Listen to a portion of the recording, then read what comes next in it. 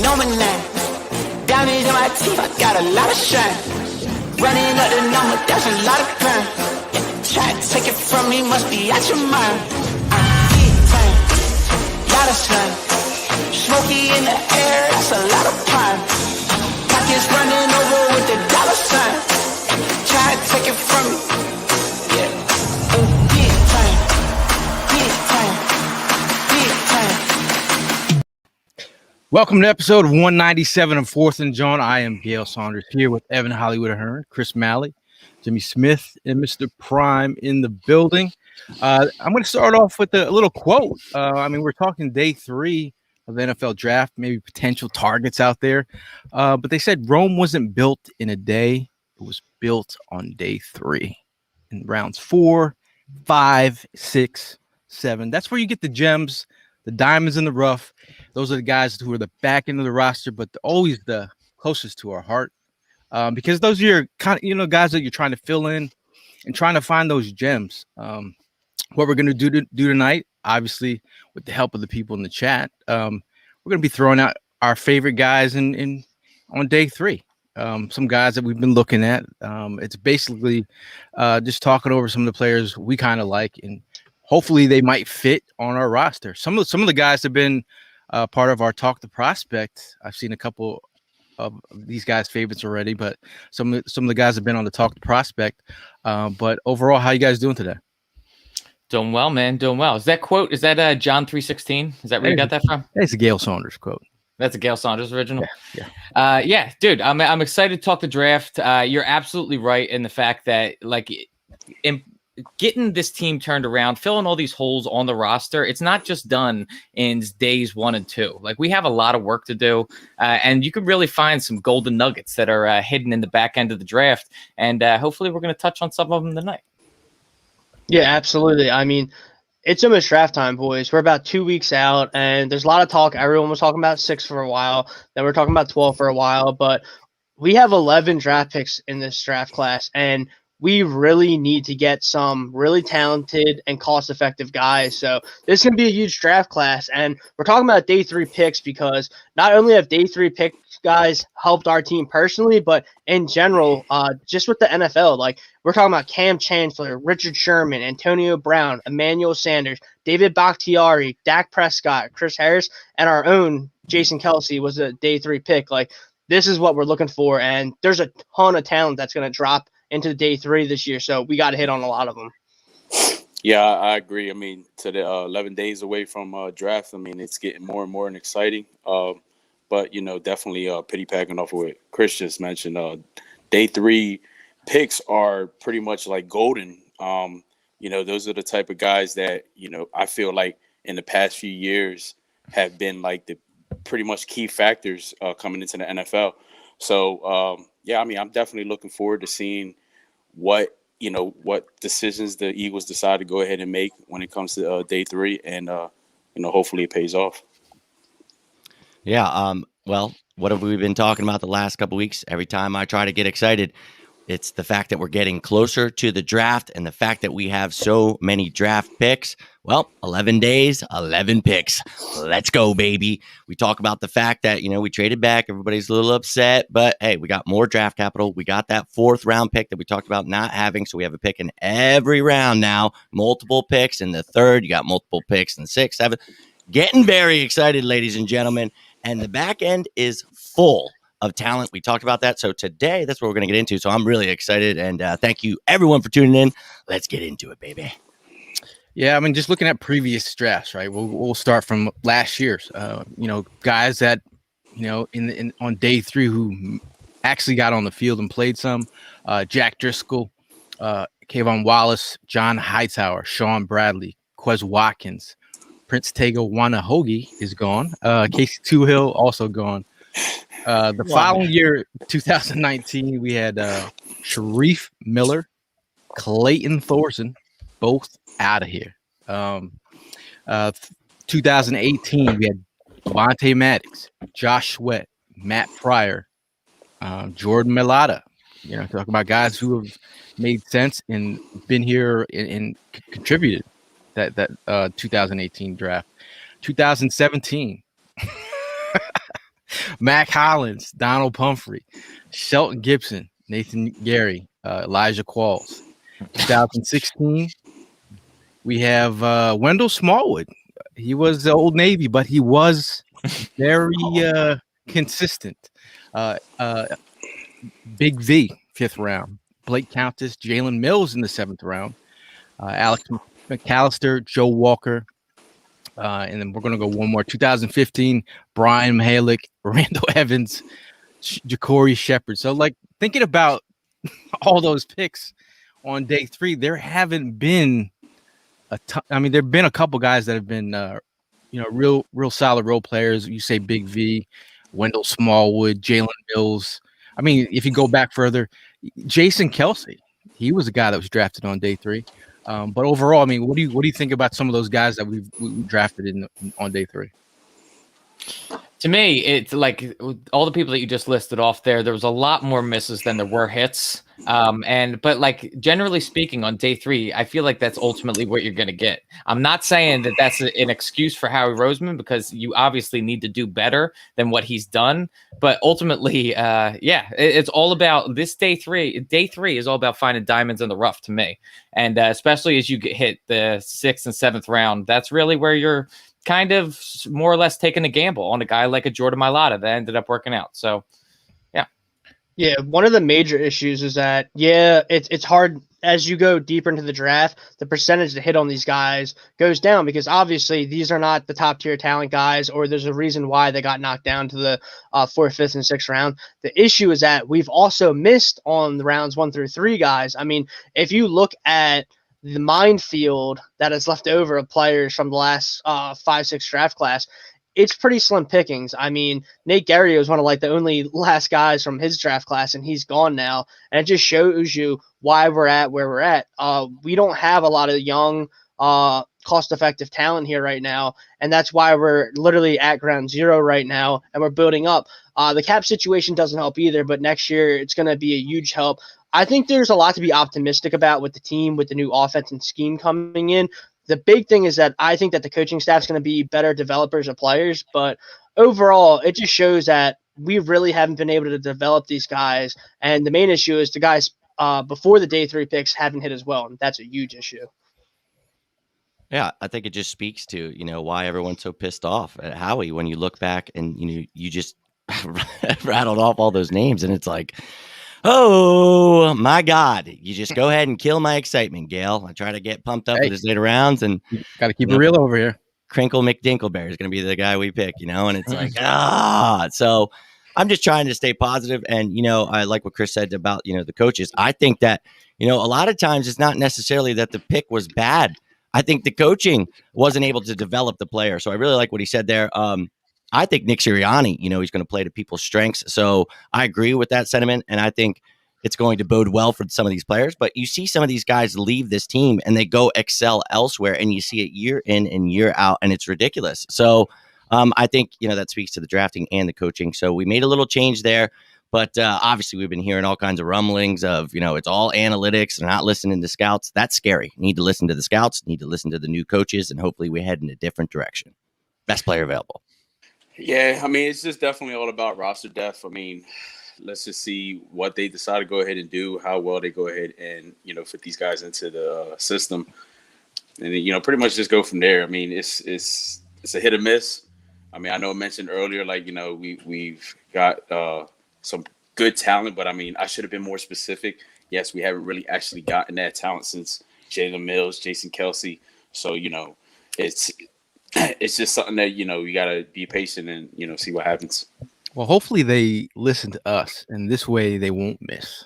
Yeah, good luck with that. We've had our guys on the board, and Jeremy Chins and what's his name, Antonio Gibson, guys that we are high on. But I just want to give a shout out to the people that are in the chat watching the show. Mark from Oregon, if I'm pronouncing that right. Shout out to Andrea, Kyle, Steven from El Paso. He's blown up there in the El Paso comedy game, community. Give him a shout out there, and don't steal his jokes. Shout out to Mariana Claus. I don't know if that's her real name. But Pete Nathan Pete Nathan has been a very active person in the chat, and he's already thrown out his guy. And this is what it's all about today. Day 3 targets. We're not talking about the first round because everyone's talking about the first round. We're getting past that now because there's more to the draft than the first round. Surprise, motherfucker. Pete says Tamari and Terry from FSU, 6'4". He's calling him a DK Metcalf light. Interesting. I know, Chris, you high on Tamari and Terry. I see him in a lot of mock drafts on the timeline. People have been talking up Terry for a while. I watch a lot of Florida State. He's like really raw. He has a drops issue, which is a main thing. That being said, so does DK Metcalf. So maybe that's why he's DK Metcalf light, because they both have trouble catching the ball. But the thing with Tamari and Terry, he just ran a 4.4 40. He's really raw, but if he goes to the right system, like if Terry goes to like the Pittsburgh Steelers, they could make him like a Pro Bowler. But if he goes to a team that is really bad at developing players, he could have trouble. It really comes down to like how much he's going to mature when he gets to the next level. Because right now, and he just had a knee scope surgery as well in October. I think he's worth like a late shot, but like maybe like a late round guy like a Hightower. I mean, if you compared him to Hightower, I'd take him over Hightower in a second. I'd take him over Quez in a second. His upside's crazy. He's just really raw, and there's a lot of questions surrounding him. I agree with what Chris said. I'm a fan of Tamori and Terry, actually, and I watch Florida State myself. Coming back from that injury, big thing. Obviously, some issues with drops, as Chris just said there. But yeah, he's very raw talent, but he's kind of like that DK comparison. You know what I mean? You don't know what you're going to get, but I think he's going to excel. But yeah, Chris, hit the nail on the head. It's going to depend on what system he goes in. But that's somebody I'd be worth taking a shot on if he falls maybe in the 5th round. That's somebody I like. I was looking at receivers, but obviously you saw my picks for today who I'm going to talk about. But, him, Warren Jackson were a couple guys that I really thought about. Some of those bigger bodies, guys that, raw, but hey, they could really turn into something special. Yeah, I mean, at the end of the day, man, we got everyone's talking about drafting wide receiver first round. You know what I mean? Like there are talented players to be had in the 2nd round. If you don't get a Devonta Smith, you don't get a Jalen Waddle. You can get another player. I'll let Chris. He's a big stand for this guy from LSU in the 2nd round. Like that's where you can get talented players as well in the 2nd round. You want to talk about your guy? I mean, Terrace Marshall Jr.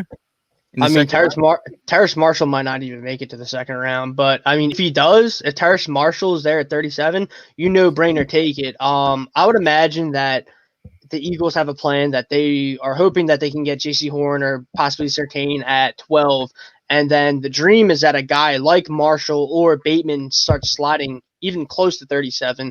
I mean, Terrace Marshall's a monster. He's legit. He's kind of like DJ Chark, another LSU receiver, but plays a little bit faster. The only thing with Terrace is that he has a couple concentration drops, but in general, like Terrace Marshall is a legitimate like 6'3", 215-pound receiver. He works out with one of the best wide receivers coaches, who also works out with Emmanuel Sanders, Julio Jones, Odell Beckham Jr.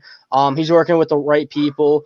And Terrace Marshall, he's like a legitimate X receiver. You can put him on the outside. Jalen Hurts can just throw to him any down, especially 3rd down, and trust that he's going to go up there and make a play for him. I mean, you can't go wrong with LSU wide receivers, especially Terrace Marshall.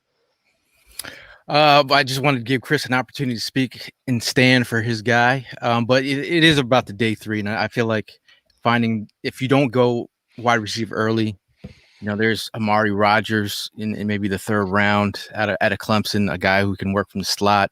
I know Evan's got a guy he wants to draft, Elijah Moore out of Ole Miss. Yeah, I was let you speak on him, but obviously there's a couple guys that I'm interested at wide receiver. I'm going to throw out Amir Smith-Marset out of Iowa. This guy, he's got some playmaking ability. The thing is, some people might think he could be drafted in maybe the third round. But he does have a couple of arrests on his record. He had a DUI recently, and then he had a speeding case. But that aside, the talent is he's a flashy playmaker. I'd say he's a well-rounded guy. He gives you something on special teams, and at the end of the day, when you're in the third on day 3, if he slips, right, you want a guy that can give you a versatile skill set. You know what I mean? So who else has another play they want to throw out?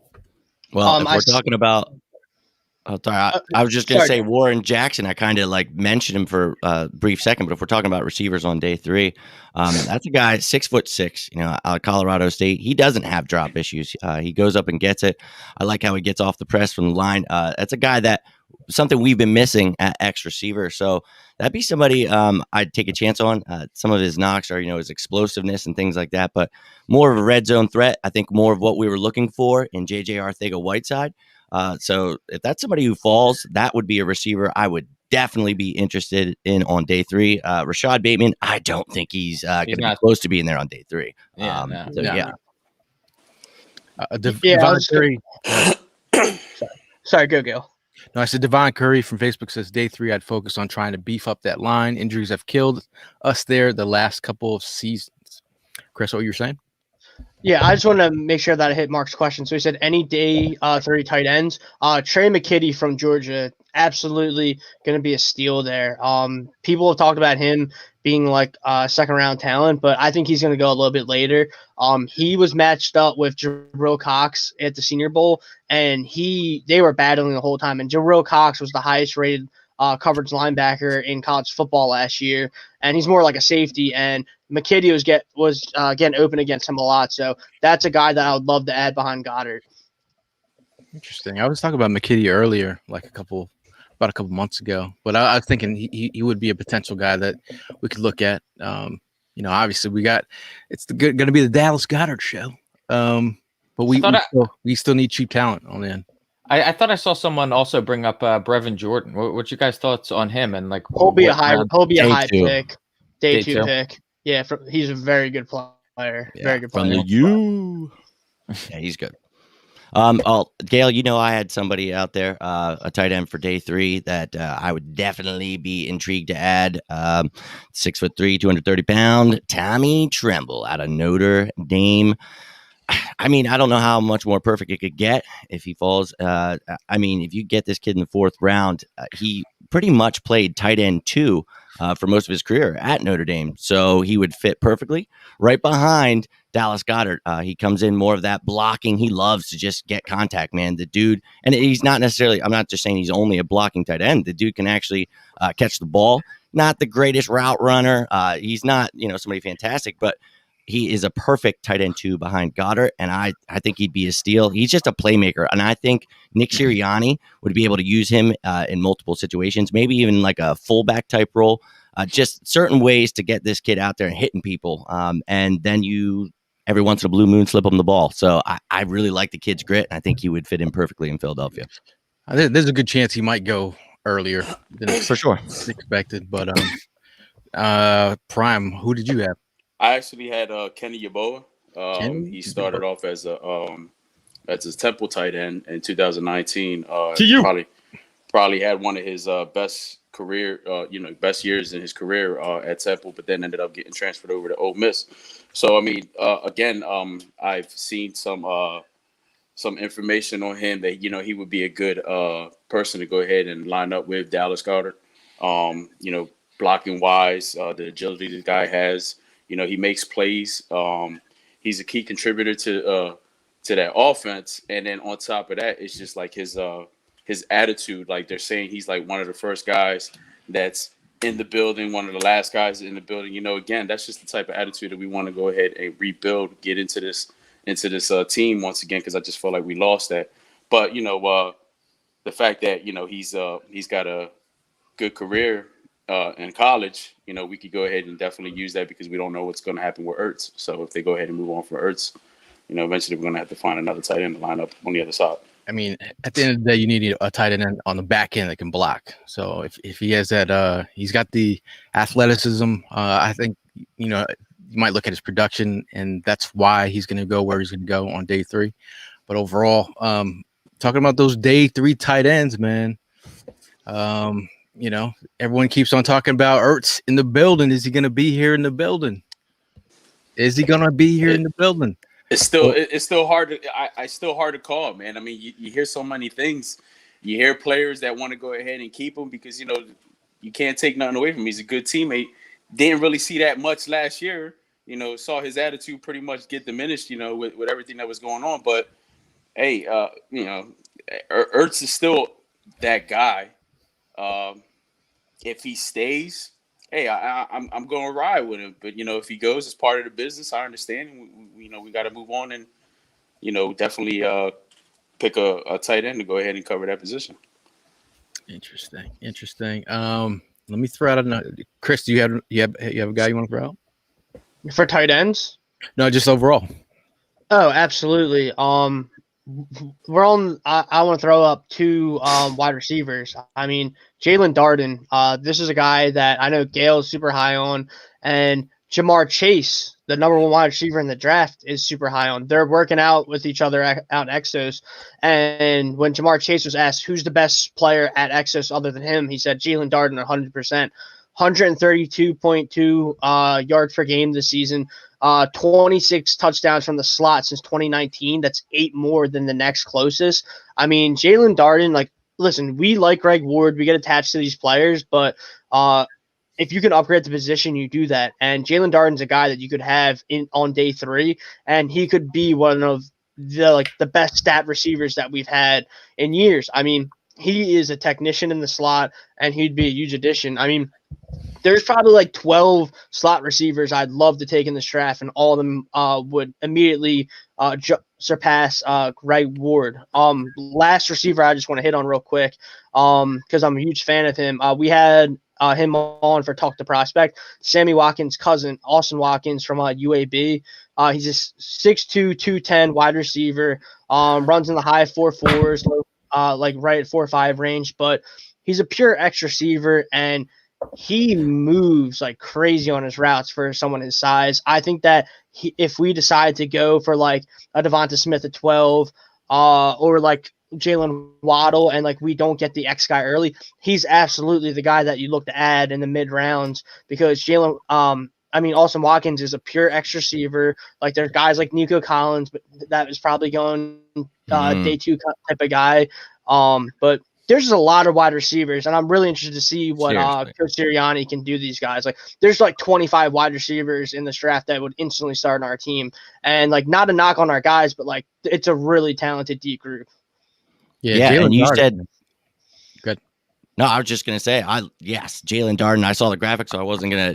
I know you guys, Chris and Gail. I've heard you guys talk about him. I'm in with you. I like him a lot. I'm surprised Chris didn't mention Racey McMath from LSU. Somebody obviously gets overlooked because all the other talent there. I really like him. I know you probably would mention him, but like you said, there's a million of these receivers in this draft. I mean, I like that TJ Vasher kid. Also, Jonathan Adams out of Arkansas State. There is some really talented X receivers that I think you could add into this offense. So, yeah, Chris, I agree with you. There were so many that got me excited. So if we miss out in the beginning, guys, there's still talented receivers to get throughout this draft. Yeah, Jalen Darden, man, the dude is a lightning bug. I think talk about shifty, his ability to in space. I'm talking about, like, you know, if he catches you on an island, he's gonna make you miss. And then going back to Austin Watkins Jr., I think you're talking about a guy who's strong at the catch point. Even though like he's a potential day 3 guy, but he can go anywhere from the 4th to like the 6th round. You're looking at a guy whose his hands everyone's been talking about how great his hands have been at the catch point. Is he the most gifted, athletic out of the group? Probably not, but he's always going to compete. And he gets in and out of his break pretty good for his size. So if you're looking for that back end day 3 guy with size, strong hands, and he played in JUCO to start off his career, and he talked about it being like a prison out there, and that's where he got his love for the game. because making it to this next level, he's gonna have to take it, and he's like, it'll be easy because my mind is already like in that format already. Like, so he's a guy that we're kind of higher on day 3. So absolutely. Yeah. There was one that I actually took a look at, Marquez Stevenson, slot receiver. A lot of people have kind of like slept on him. They're saying that the kid has some serious speed. There's a couple reporters that claim that feel that he could probably go second round. I mean, I don't know. The only thing that is kind of like the downgrade of the kid is that he suffered 2 major injuries earlier in his college career. So, but don't want to take nothing away from him. We've seen people come back from some serious injuries and light it up. So I wouldn't sleep on this kid. The agility he has is pretty serious. So Marquez Stevenson is one that's on my board. Yeah, I mean, he was a team captain for Houston this year. Yeah. I know he did opt out. They actually nicknamed him Speedy as well. Speed. Talk about speed. A guy that this dude has like all world speed. It's not like there's a lot of guys that will he ran like a 4.26 at his pro day. Anthony Schwartz from Auburn. I'm not going to say he's the most natural of wide receivers. He's not like a Devonta Smith or anything, but he's in terms of speed, lightning, quick, vertical threat. He could go early in day 3. Some people were like 3rd round, but if he does fall, if this guy, if you just want a vertical threat, this guy is hit. Like in high school, what he ran like a 10-1. He broke the record in the 100. He was over in Finland. They won the gold in 4x100 with the Junior Olympics, I believe. So this dude's got real wheels. I'm not going to say he's the most, he's going to be consistent at the catch point like like a Devonta Smith. No. But he's a guy that if you line him up and you want him to run fast, he will do that with ease. Sometimes they say track guys can't turn into football players. Sometimes that's a thing, but his speed does show up on tape. That's his catching. It's not the most consistent, but if you're looking for a guy to stretch the field, on day 3, for me, it's later. But if someone drafts him early, that speed sometimes can get you overdrafted. Who has another guy? Yeah, I just want to answer this question real quick. So Sure. Kelly Wilson says, "Do y'all not like Tylan Wallace?" We love Tylan Wallace. I mean, Not going to be this is a guy.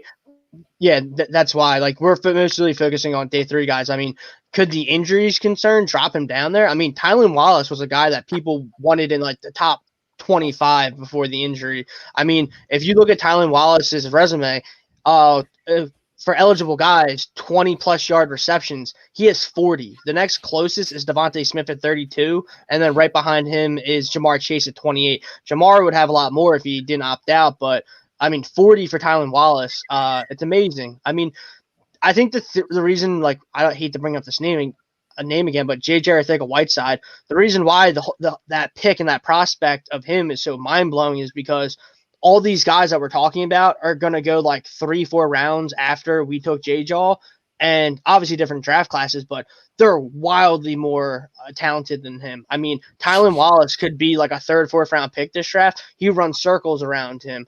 Nico Collins, Jalen Darden, like all these guys do. That's why it's mind-blowing because J-Jaw, he was thought as like a 4th, 5th round pick, and then we go and take him in the 2nd. We can't do that anymore, and that's why we're trying to educate ourselves, get a refresher before 11 days before the draft. But yeah, absolutely. Tylan Wallace, great question, great prospect. His draft stock's super in the air because of the injury history, but he had a nice bounce back here. Yeah, for those who are just checking in, we are talking episode 197, talking potential day 3 targets for the Eagles. So we are not talking J.C. Horn, which I could talk about all day, or we could talk about those guys all day. But at the end of the day, man, like there's some guys that I feel like especially as looking at a running back group. You talk about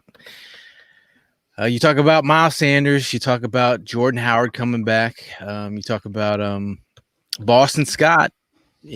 After that, it gets kind of shaky. A guy who, if he would have left a year before, probably his stock was at its highest. This guy's got pretty good game. From Canada. Yeah.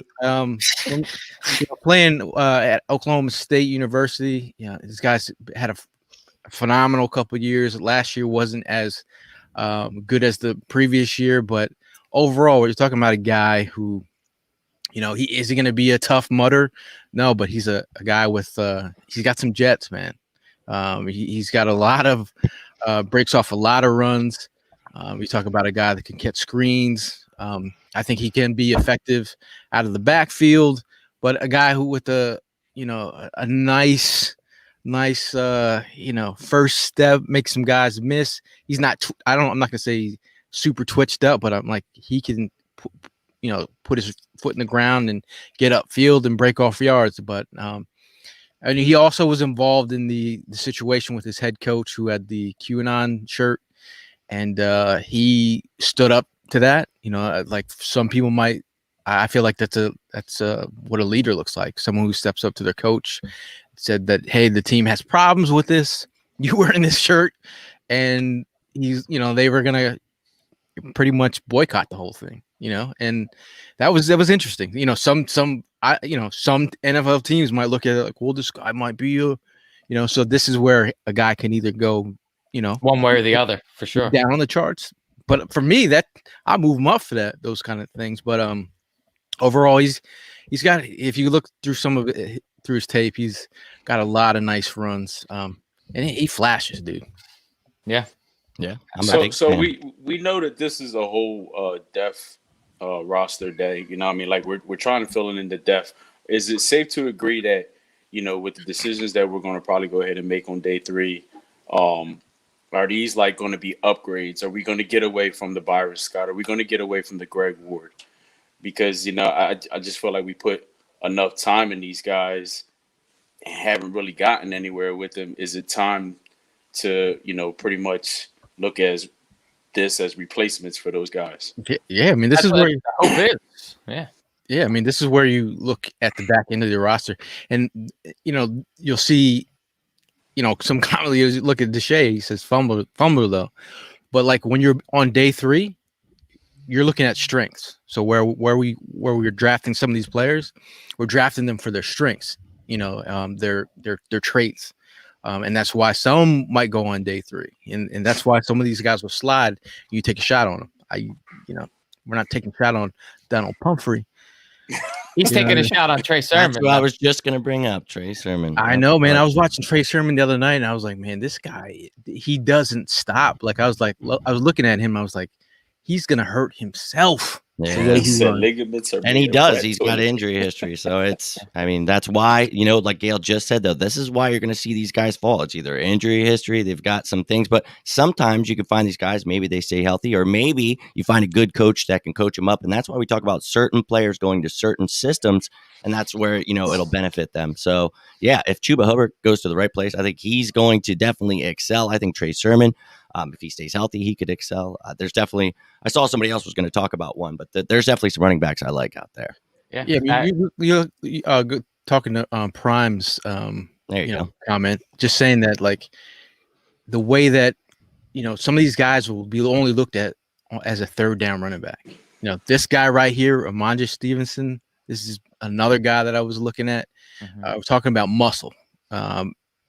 Is he going to be phenomenal out of the backfield catching the ball? He has that in his game. Like he's serviceable, but he's the muscle. Like it's fourth quarter and you want to wear a team out, you bring in Ramondre Stevenson, and he's my backup to having a guy like Javonte Williams, who would be that guy can do it 3 downs. Like like he could be a 2-down thumper or a goal line player that they might look at, and Chuba might be a 3rd down guy.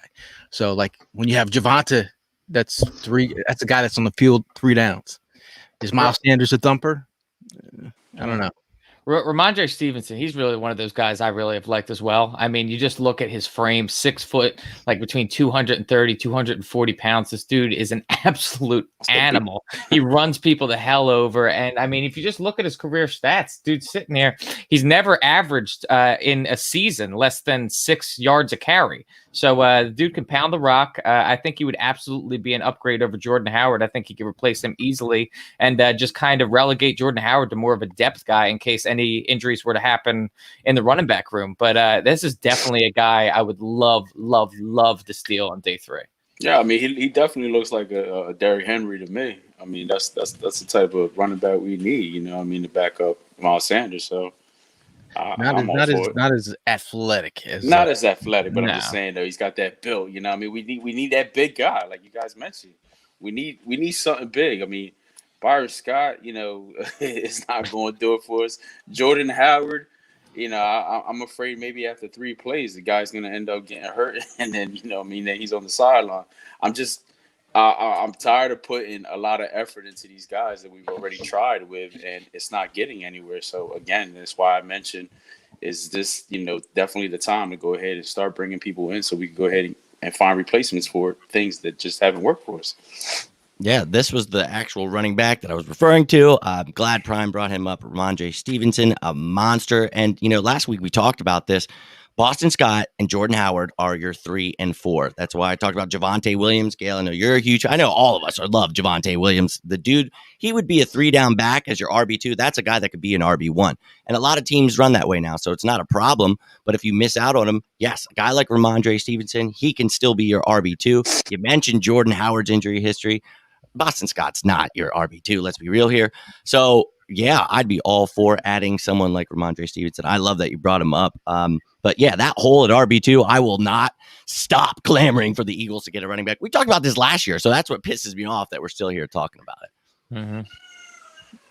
Hey, Evan, who do you got? Who's your next guy? Well, I mean, we can go over to the defensive side of the ball if you'd like. Well, I was going to say, if you wanted to stick with offense quick, I was just going to throw my Jimmy Morrissey, Philly kid, walk on at Pitt, started all 4 years, team captain, somebody that, you know, he's undersized, so people have some knocks on him. I think that could be your next Jason Kelsey right there. Somebody that could learn from him. He's got that grit. He's a leader. I really like the kid. Just wanted to throw that out before we went to defense. Sorry, Ev. No problem at all. No problem at all. But yeah, just looking at the defensive side of the ball, what's the one thing we can collectively say has been a massive problem on the defensive side of the ball for years, as long as I can remember? It's the linebacker position. Exactly. And that's definitely something I want to upgrade. Obviously, it's unrealistic for my dreams to come true and land JOK in the first round. No matter how many spoons I put under my pillow or how many times I put my pajamas inside out, it's not going to happen.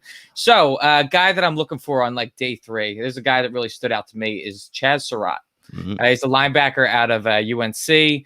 The guy, just to give you a little bit of background, he used to play quarterback back in high school. He was actually a pretty decent quarterback. So he's got good smarts for he's got a good football mind. He understands offensive schemes, and he's a really hard-nosed linebacker. I mean, the one thing that kind of has me like a little reservation is he's 229 pounds. To me, kind of a little undersized, but I think he's a really smart player. I think he's a good player, and just as the little cherry on top, his pro comparison was Camus Grugier-Hill. So, I mean, I think it's a guy that on a day 3 could definitely help out the defensive side of the ball, would definitely be a step up from a guy like a Nate Gary. I almost brought his brother up in the receivers. I don't know if he falls in day 3, but Sage Surratt's good too. But yeah, dude, I love that, dude. Evan, Chaz Surratt, a little undersized, like you said, but I think he's very exciting. I was looking at some of these undersized guys because we need a nickel linebacker, right? I mean, we have some of these guys that are good against the run. TJ Edwards, Alex Singleton stepped it up. So we don't know what we have in Davian Taylor, but I agree 100% with you, Evan. The biggest need is a linebacker. So I know a lot of us talk about Jabril Cox. He's oh my God, that would be a steal in 4th round. I think he would really fit, that hybrid role we're looking for. Tony Fields is another one I really like at that linebacker position. There's just some guys that really stick out that could fall. And I seriously, I get so excited about this, but please just don't remind me who's making these picks. Do you think? Don't think about it. Don't think Now, about it. we've talked about Georgia so much. There's a lot of talented players on Georgia, and especially on the defense. What do you think about Monty Rice? Do you think he could fall to the 4th round? And would that be somebody you guys are interested in? I thought the kid was pretty damn talented, and I've not seen too much about him. So I've seen his name pop up here and there, and a lot of people are starting to talk more about Monty Rice. The one play that stuck out to me was when he was covering what's his name, Waddle in space, and he kept up with him. And I know he runs around in the 4.5s. So I mean, you're talking about a well-rounded linebacker in the mid rounds that you might want to try a shot at. He could be a guy that's what are they saying, like 4th round? Yep, around there. Maybe 5th. And when I read that, I was like, what? Am I watching some? But I mean, there's a lot of talent in this draft, guys. I mean, that's why. Jabril Cox, Gail, you brought him up a million times throughout every show. I think, obviously, we know Chris is a fan at LSU. Jabril Cox is awesome, too. So that just goes to show you how much talent's in this draft. I just definitely feel that linebacker position is really not going to get the attention that we push for as fans. No bad juju. Don't you put that evil on me, Ricky Bobby. But there's the only one defensive guy that I really pointed out was that I mentioned to Gail was Buddy Johnson, the linebacker from Texas A&M. 2019, he was a junior, led the team in tackles. 2020, started all 10 games, led the team. He's that pursuit style linebacker that that pretty much is lined up, knows how to go ahead and chase that quarterback, running back, whatever the case may be. But I think this kid right here is a good standout. And I know you guys mentioned some way more talent than him, but again, just with the history of us paying attention to linebackers, I just, best case scenario later on in the draft, this kid could be one of them. Now, while we're talking defense, a guy who plays safety, but he said he models his game after Keanu Neal from Falcons. He's solid against the run. He'll thump on some folks. Is he? His ability in space might be, the football IQ in space and coverage. Can it match the intensity of him against the run, coming down, taking great angles on folks? But this guy, again, like you start to look at players and he could go 4th round, but he could go, later. And if I'm taking a chance on a guy later, if he slips, he's another guy that I might look at if you start thinking future, if you could he play in the box? And another guy I've seen mentioned in the comments, Cincinnati safety. Who's the guy? He was on Talk the Prospect. Mine just went blank. Can play single high. I think he'd be an interesting piece. Chris, do you remember Derek? I know Soko talked to him. It was What are you talking about? Oh no, why? I'm sorry. I'm stuck in my notes because in my head I'm like Jacoby Stevens, and then as soon as it said Cincinnati, it threw me off. We'll get back to that. Yeah. I just wanted to say that first off, great one, Gail Gillespie there. Now Keanu Neal, great comparison there. Now a Dallas Cowboy. They've talked about moving him to linebacker now. So yeah, one of those hybrid guys. I think, obviously, somebody I wanted to talk about was Hamza Nasruddin. Oh, this dude is pretty much of the same mold that you just said, 6'3", 215 pounds. The dude's a box safety. Don't like him, playing that too deep role, but he's somebody you can line up all over the place. He could play that nickel linebacker role we talk about, big nickel role, line up at, that nickel spot against certain tight ends, running backs, certain receivers.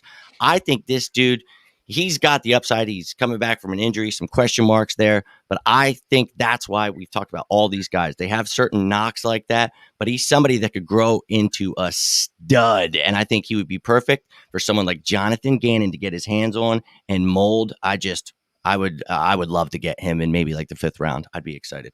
I got a question for you guys. While we're on the topic of safety, I just want to know what your guys' thoughts are on Kayvon Wallace's second year. I mean, obviously, we didn't see that much.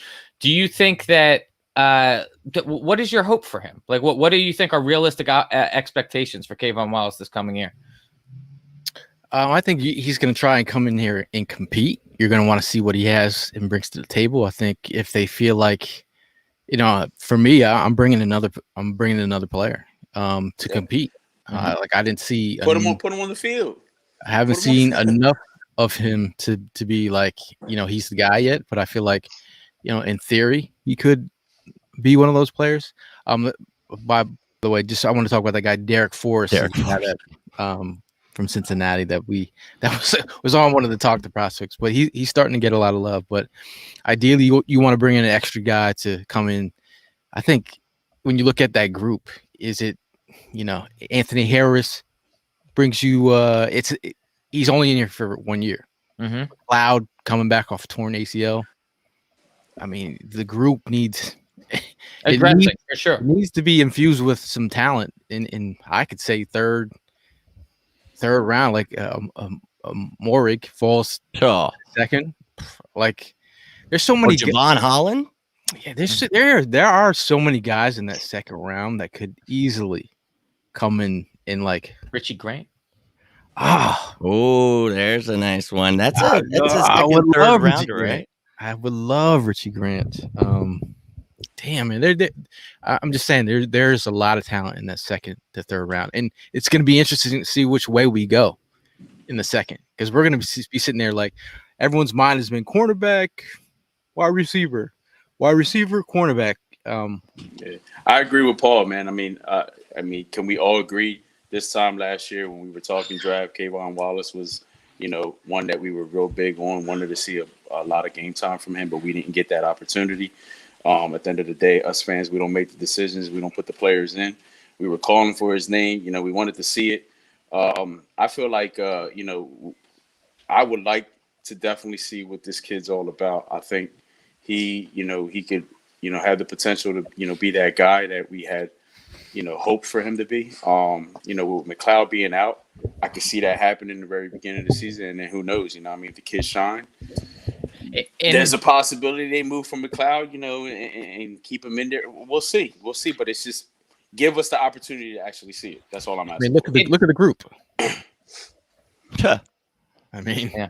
Does that do anything? Does it wiggle? No. No. But I mean, just one of the reasons that I believe Kayvon Wallace didn't have enough playing time last year, and it's something that I totally can't fault the Eagles for. It's because it's kind of something that we have been asking for. We all kind of wanted to see what Jalen Mills could do at safety. I know I did. That was something I had been calling for a couple of years. I mean, the opportunity finally arose after Malcolm Jenkins leaves. I wanted to see what Jalen Mills could do, and so I was more comfortable at this time last year and having Jalen Mills be the bridge, so to speak, to that next safety. But I mean, that ultimately leaves us with question marks now at the safety position, with Kayvon Wallace looking like the starter at the moment. Yeah, and Jalen Mills is one of those versatile kind of guys. Obviously, we got him in the 7th round. Yeah, you're going to be looking at guys like that. Now, you saw I mentioned Holland, and then I saw Mark brought that up. Look, he's obviously not going to be here day 3. So if we're sticking with day 3, somebody that, is a versatile safety, that's a guy that I think we'd use as a defensive back, could line up at nickel corner, can move him around because he's pretty tiny. But Ardarius Washington is such an intriguing pick for me. He's like 5'9". He's very small, but the dude isn't he 5'8"? Yeah, it's like 5'8" and had like some change. 5'7". It says 5'9" on his ID. He's exactly. You know how the Allen Iverson effect. Exactly. Trying out for the NBA, adding a couple inches. But I think the kid's a ball hawk. And, I'm just one of those guys, growing up watching Mark McMillan. And then, of course, we got to see Darren Sproles. I just love the underdog, those tiny guys. So that'd be great to see him on this team, man. Oh, by the way, that's Derek Forrest on Talk the Prospect. He was interviewing with Soko on that. A good interview. Check that out on YouTube if you want to learn more about Derek. Maybe next time we'll remember his last name. His running mate Wiggins is pretty good too there in Cincy. Yeah. So they've got pretty decent defense. Do we have another guy you guys want to throw out? No, How about we go? How about we go? DJ Daniel, my friend. Ooh. That's literally who I was gonna bring up. DJ Daniel, we had on the show, and it was awesome because he impressed the hell out of me. The reason why I was really excited to talk to DJ Daniel was because I'm a huge LSU, huge Jamar Chase fan, and all season long I'm watching Jamar Chase just drop 100 and a touchdown, 100 and a touchdown every single game, and then they're going against Georgia, and I see this dude with like the longest arms I've ever seen line up across Jamar Chase, and he just gets in his face. Play one, and he grabs Jamar and he throws him out of bounds. And I'm like, okay. And then it's the first end of the first quarter. I'm like, Jamar hasn't done anything. And then it's the end of halftime. I'm like, Jamar hasn't done anything. Then the game's over, and I'm like, what did Jamar do in this game? And Jamar Chase ends up with like 3 catches and 40 yards, and a lot of it was off like screens and slants and stuff.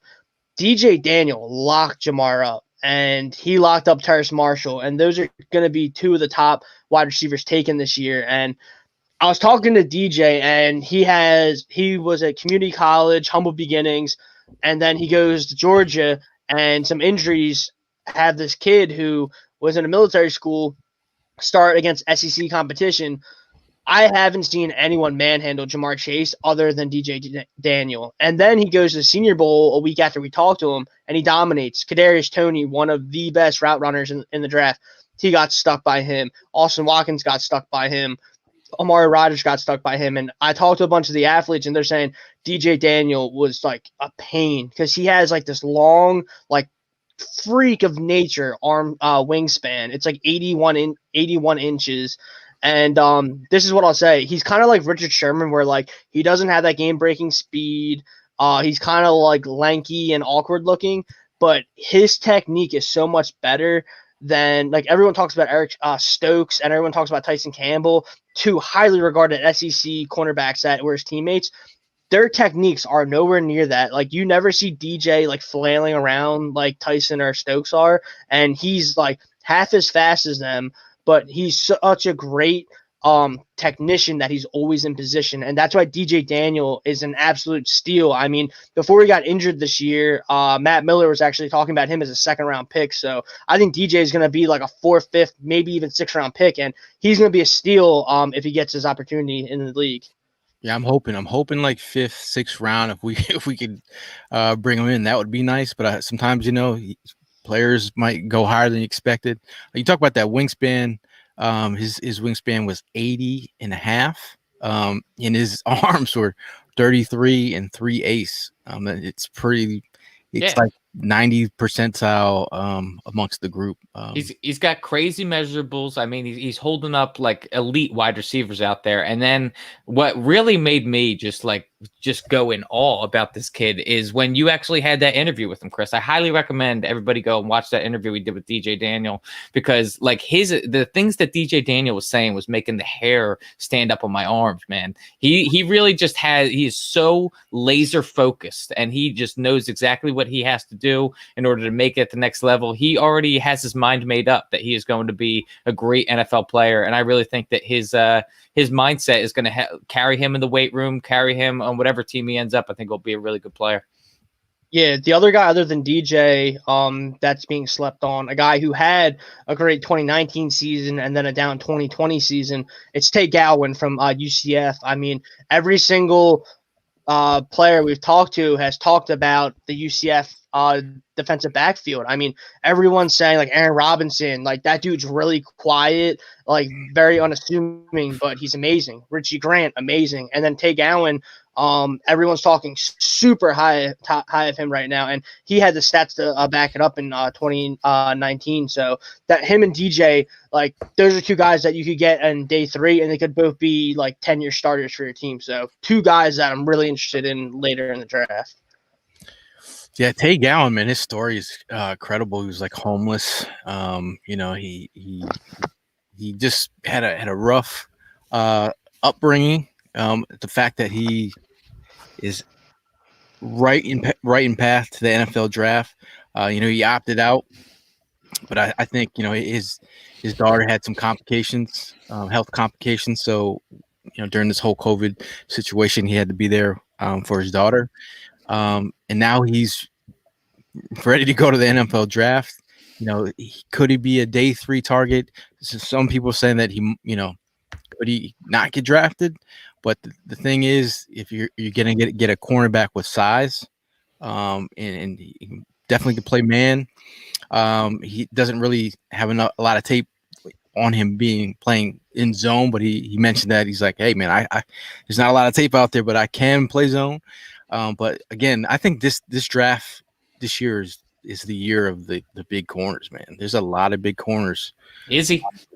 Dude, Izzy Mukwam was 6'4". We could play safety too. I mean, there's a lot of guys that you can move from cornerback to safety too. Like, who's the Afatu Melamfamu? Was nice. He might go bottom Second round, yeah, third. But I'm saying like those guys with size and length. You know who I like at corner? Stanford cornerback. Dude, it's not, we all know Chris wanted Debo. It's not Debo, but it is a Debo. Paulson Adebo, that was the corniest joke ever, is pretty fantastic. If he falls, there's some knocks on him, for his speed, only played 2 years. I think his recovery speed makes up for that lack of speed. He is a ball hawk. Got to work a little bit on his run game tackling, just his run game support in general. But overall, I think this kid, if he falls in day 3, if he is there in the 4th round, how I feel about adding corners to this team. Not just one, I would add 2. I'd be all for Paulson Adebo, and I apologize for the joke. Yeah, he's the guy that I feel like he might go in the 3rd round. That's the guy that I've had targeted in the 3rd round, but he could. Hey, if he slips to the 4th round, that's a guy that I would love to pick up. A lot of people have been talking pretty high on him as well. Trying to think of who else we haven't talked about. What about I was just Trill Williams? Trill Williams is a nice prospect. I just wanted to hit on some linemen. Divine Diablo is a really good one. I just want to hit on a couple linemen real quick. I mean, Patrick Jones, the second from Pitt, really nice edge rusher. He's been dealing with some injuries lately, but he had a really nice Senior Bowl, and he's got good size. Kind of reminds me of Josh Sweat a little bit, and I think he'd be a nice back-end player with upside. Malcolm Kuntz from Buffalo, 6'3", 250. He really nice motor. Plays really angry. And then on the other side of the ball, I want to make sure that we shout out our guy. Gail and I just interviewed him, Chase Barrett from West Virginia. So this guy is awesome. I mean, he straight up said to us, he said, the Eagles would be smart to draft me because they dealt with the injuries and I can start at any position. And Jason Kelsey is my idol, and I would love to learn from him and take his place when he goes into the sunset. I mean, Chase is like a freak of nature. He's a 3-time All-American wrestler in high school. He's 6'4", 325 pounds. He's so fast. Like for his size, he can pull all over the place. He reminds me of Kelsey. Huge personality, first guy in, last guy out of the building, super hard worker, natural leader, and he's actually an actor. He actually told Gail and I that he's going to be in a feature movie with some pretty A-list actors. Wow. He told us personally we can't that. Yeah, we can't say that. We can't say which actor. He's not Denzel. He's a bootleg Denzel, but he's an A-list actor, I guess. Probably B-list actor, but it's gonna be an interesting movie. But yeah, Chase would be awesome to draft later in the draft. And he said, "Dude, I'll go in the 6th round. I don't care." He goes, "I'm worth a 2nd, 3rd, and a 6th because I can play left tackle, I can play guard, I can play center." He's like I can make movies, I can do everything. Really good dude, and I think he'd be awesome here. Like his personality would fit in perfect with like Lane Johnson and those guys. Yeah, definitely a good attitude to have. For sure. If you're talking about, I'll go. One thing we didn't talk about was like edge rushers. I just want to throw out there. Adetokunbo Ogundaje from Notre Dame is somebody I like, and somebody who gets looked over because they're two talented guys. Gregory Rousseau and Jalen Phillips are awesome at University of Miami, but the guy behind him, Quincy Roach, is someone I really like. And then I wanted to talk a little bit of definitely a guy that I think will be available day 3, Jordan Smith from the University of Alabama at Birmingham. 6'6" edge rusher that would come in. Kind of reminds me of Josh Sweat a little. I think he would be fantastic. So just wanted to throw those out there quick. A big boy, 6'6". Oh, he's fun. Watch him, dude. He is real fun to watch. Got to work on his strength, though, and his handwork. But that's what you got in these rounds, right? Guys that need some work. Absolutely. Talking about trenches, trench warfare, warfare is where it's at. Says Darius Hutcherson from South Carolina. You're hoping to get this guy on day 3, maybe 5th round. Maybe you're talking about a guy. He can play. He's played some tackle in his past, but he's played both right guard and left guard. I'm talking about he's like a weight room monster. He went from 230 pounds to 320. They had to like slow him down in the weight room because the weights he was pushing up was so dangerous that they're like, you shouldn't be doing that weight, what you're doing. So, I mean, he's a guy that, I believe he's a captain of the team. They're asking about opting out. He's like, nah, I wasn't raised that way. I'm here to lead my teammates. So he stayed in. But you're talking about a guy like if we go, Darius Hutcherson later, if we start going like, wide receiver or cornerback first, second round, he's a guy later you can look at. And again, a lineman who's got that many starts in the SEC, hey man, I'll take that. And then team him up with Stoughton. There you go. See what happens. Yeah, I just want to make sure. What's up? No, go ahead, Chris. No, I said I just want to make sure I shout out my guy. He's on my former teammate, TU, Dan Archibong. I mean, Dan is overall just a really great guy, and he is a tireless worker. 6'6", 300 pounds. He plays in the middle of the defensive line, but he's athletic enough to play on the edge as well. I mean, he played tight end when we played together.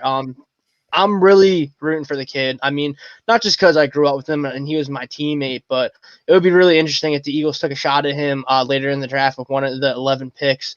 I think that Dan is just like a freak of nature. I mean, he's super athletic for his size.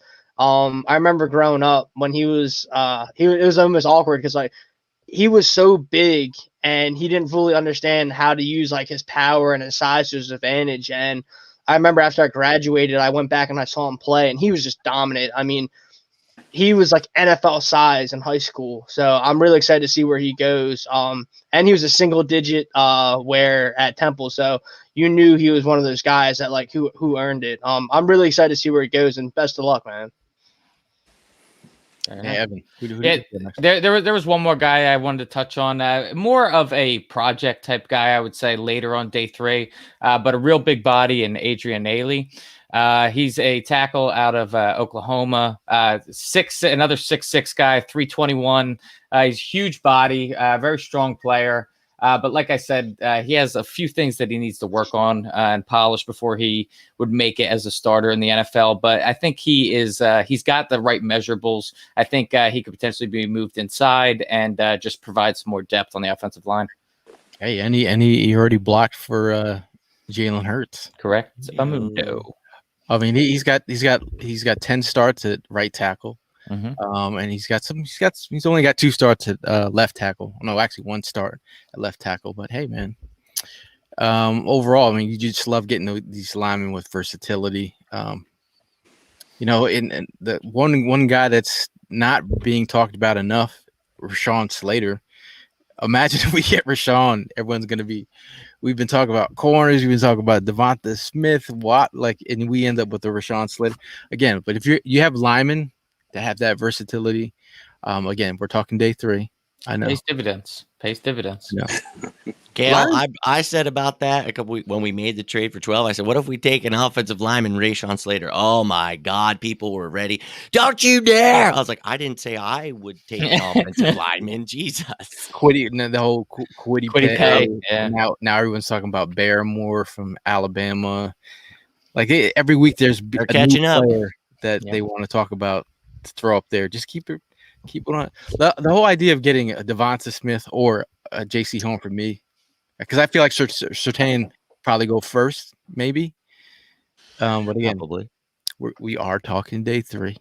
We are talking day 3. I know, Chris, you had another guy. Are we talking about Jacoby Stevenson from the University of Louisiana State? Yeah, I mean, yeah, Jacoby Stevens. He's 6'1", 215 pounds. He's a guy that is kind of a jack of all trades. He can play a little linebacker, play a little safety. He's kind of like a Malcolm Jenkins light a little bit. He's more like a box safety.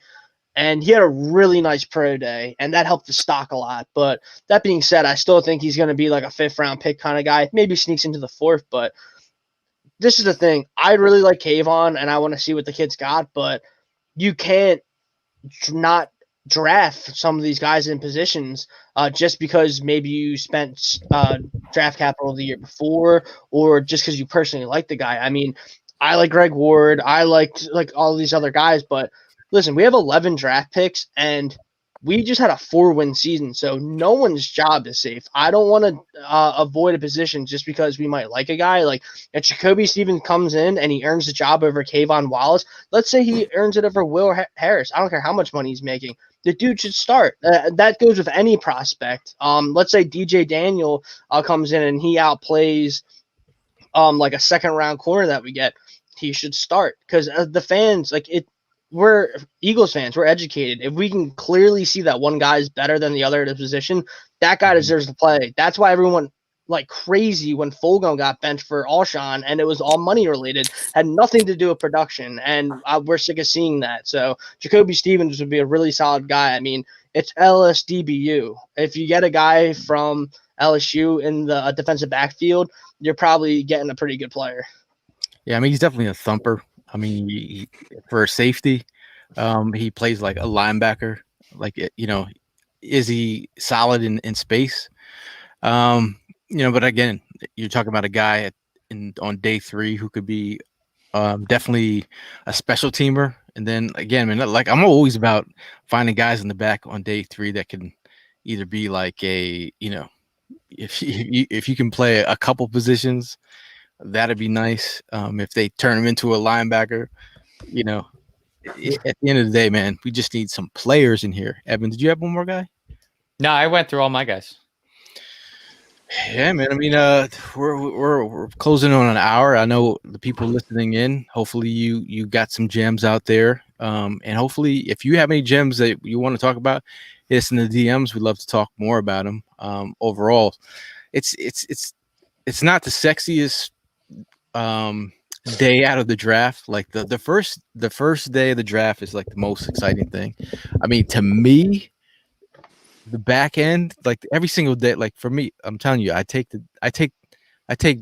vacation days for the NFL draft. That's how crazy I am, because I just love it, man. So I just need to like think it through. When the first day happens, and I gotta think it through. I gotta sit there the second day, like, who do we want? Who should we take? So to me, the day 3 is probably the most important, because this is where you get cheap talent, and they fill out your back end roster. You hit on these guys. This is how you become a championship football team. Like, you get guys on day 3 that can Absolutely, play right away, or like compete, or fill roles. And again, day 3, like you see people in the chat talking about this guy might fumble, this inconsistent hands, injury prone. This is what day 3 is all about. Like, this is what it's not about finding players and trying to make them fit into your system. You're finding players whose skill set match your team. Like, where do they win? This is why I'm drafting you, because this skill set fits. You're a power back. We need a power back to come in in ground and pound. Like, okay, Vermont Stevenson. Okay, we need a vertical threat just to stretch the field on day 3, or you bring in a Schwartz. But at the end of the day, man, day 3 is where it's at. And shout out to John. He says day 3 is my favorite day in the chat. Yeah, that's certainly where you can. If you hit on day 3, it's going to do wonders for your team for years to come. I mean, we ended up talking. What was it? 2018? The one where we ended up actually hitting on some really good pieces on day 3. I mean, obviously, we are in the position that we are in now. But the point that I'm trying to get across is, if you hit on day 3, you're supposed to hit on days 1 and 2. So you could really turn your football team around a lot sooner if you're hitting on the late round picks. Day 3, I feel, is where the young boys are the hungriest. You know what I mean? If they come into the NFL with the attitude like what Chris mentioned about Chase, you know what I mean? It doesn't matter if second, third, sixth, you know what I mean? Just pick me, let me go in. That's the attitude that I feel like a lot of these boys have that day. Like, listen, draft me and I'll do the rest. You know what I mean? That's where their attitude is at. That's the attitude they need to have, you know what I mean, coming not just into our organization, but any organization in the NFL. So I think that's where, like, day 3 also plays a key factor, because that's the hungriest day for some of these guys. Now go back to it's a team draft that Evan was talking about. Avante, he's played a lot of snaps. Josh Sweat, who's finally come on. Matt Pryor has been played like Richard Pryor at sometimes. But Jordan Mailata, you're talking about a guy who has starting ability, drafted in the 7th round, and I did mock him that year in the 7th round. People laughed at me. They laughed at me. But overall, I mean, Jimmy, you were going to say? No, that you kind of just talked about, but Matt Pryor on that list, that's funny. I had him that year on my mock. I don't know how proud I am to have that, but versatility on the offensive line is why I liked him. But yeah, Mailata, what a nice pick. But what I was just going to say was about the day 3, man. It's so important, I think, not only because, a lot of hungry guys, a lot of guys with chips on their shoulders, they're trying to prove something, but not every team has great talent evaluators. So this is where you find out if you've got great guys behind the scenes. Some people are going to fall. There's going to be guys, not even just on day 3. There's going to be undrafted talent out there. You have to rely on your scouts now, Howie. Now it's great. You got analytics. You got some numbers. That's fantastic. Now let's get some guys that actually know football. Listen to them. And, dude, there's going to be guys that drop. We've mentioned a lot of them that are going to drop. I'm going to get excited. I'm sure I'm going to watch them go to other teams and be pissed off, but I'm trying to be positive. So, Howie, please, for the love of God, get this right. Yeah, I mean, day 3 and after, especially undrafted guys, I mean, that's what it's all about. I mean, dude, look at the Super Bowl, like Shaquille Barrett, monster for Tampa Bay. He's an undrafted guy. Why am I forgetting? Harrison. He's going to be a Hall of Famer probably from Pittsburgh, undrafted guy. I mean, look at the Philly special. It was undrafted Trey Burton throwing the ball. No, it was Corey Clement, undrafted rookie, tossing the ball to Trey Burton, undrafted tight end, and then throwing it to Nick Foles. And if you just look at the line and like the team in general, like it's a bunch of misfits, but the guys fit together, and that's what the draft's all about. It doesn't matter where you're from, where you're drafted, what position, your accolades before or after. If you have the right culture and you guys have like the desire to make each other better, to lift each other up, that's what happened in 2017. We had a group of guys that didn't care about where they came from, like they did, but it didn't matter to them in a negative way. Like they just came together. It didn't matter what pick they were. I mean, that's why Tom Brady's been so successful. That dude's had the ultimate chip on his shoulder. The guy that was looked over when he was at Michigan just because the shiny young guy came up in front of him, and then he's been proving people wrong for over 20 years. And that's what the Eagles got to start doing. They got to find guys that are hungry and they want to win for themselves and win for the city. And that's what it's all about. That's what draft night's all about. Yeah, man. Draft is almost here. Again, I want to shout out to the group. We're definitely going to be doing a draft show.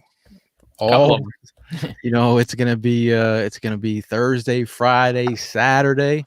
So if you're not doing anything, if you're a draft nerd, if draft is life, then come and join us. You can jump on the show Give us your takes. I don't care if you're cooking eggs like who was it? Jawn last year was frying up eggs and talking draft at the same time. Yeah. Wife yelling at him at the same time.